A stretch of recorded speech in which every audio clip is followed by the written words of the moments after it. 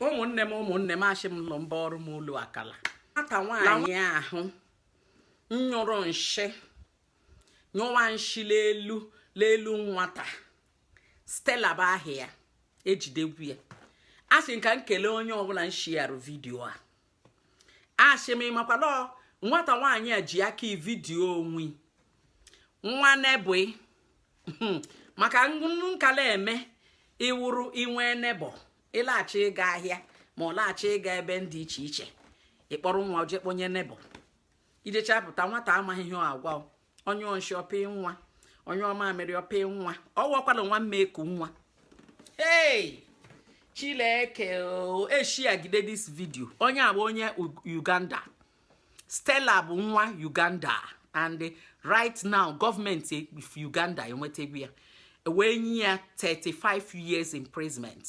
She is just 34 years. Ihe ọ dịwo 34 years. Well, by up 34 plus 35. Ụlọ amarala onye gaji ya nga ọlụ nga mkpụrụ ọka mgbe ọ ga after 70. Nya ụlọ ọka m hụ nke nwanne bụ nkweri. Shake maybe ka nga ahịa ma ka nga kandụl a. Nwa ahụ ka ọ gara nyụọ nshiri isi nwa. Kuruma Ameriku nwata. Mee nwa nke mee nwa. The spirits of God will stand there up. Were aki video. Oh, CCTV. Ya were aki video wo tinye ala online. Ayama loko shibata online. Ma phone yo mebiri. Shivu bate. Onwe Chineke nna meru ndo mmadụ ulu uwe ole shia ndo achem ka nkele ndo fans mulu gbadere. Onye ọbụla wele shia site like the government of Uganda.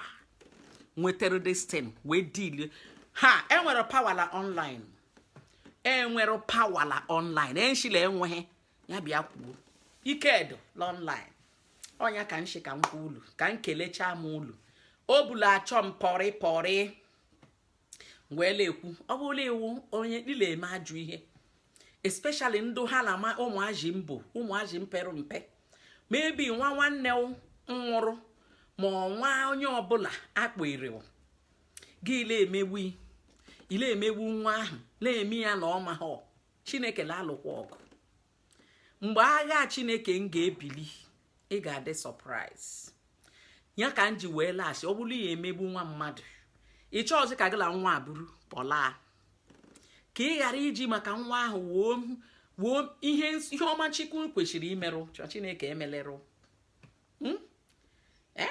ka mmadụ ga-esi wee ole eme ụdị ihe ndị otu a asị nka nkele ulu la Stella government of Uganda aka anwụchikpa ọkpụkpụkpụ gọọmenti ji ya aka na wee nwa 35 years imprisonment ọka ụlọ hụ ihe ọjọọ alaha last ọ bụrụ nwere ihe ọjọọ ile eme today ile fili na mmadụ amaghị about it o nwekwara ike one way or the other ọpụta ọ bụrụla ntu ka ị la-akpọ la nwunye nwa amaghali ya akpọ ntu ka kwụshike ịkpọ ntu tọọ one day ka ibido kpọbi ọkwa one day ka ị ya akwụsị ịkpọ ekwele mgbe anya n'ụwa niile m hụrụ ụlọ eweliwe ka ṅụtụkwalụ mmanya m mma ama ṅụrụ nwa mmanya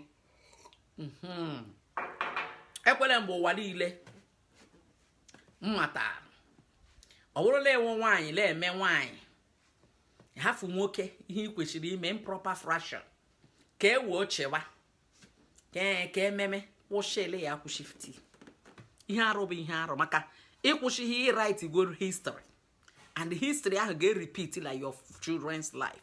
That is the reason ị kwesịrị iji kwụshị ịmara ajụ ihe ọbụla ị na-eme secret wee kelelu nwayọọ kwụshị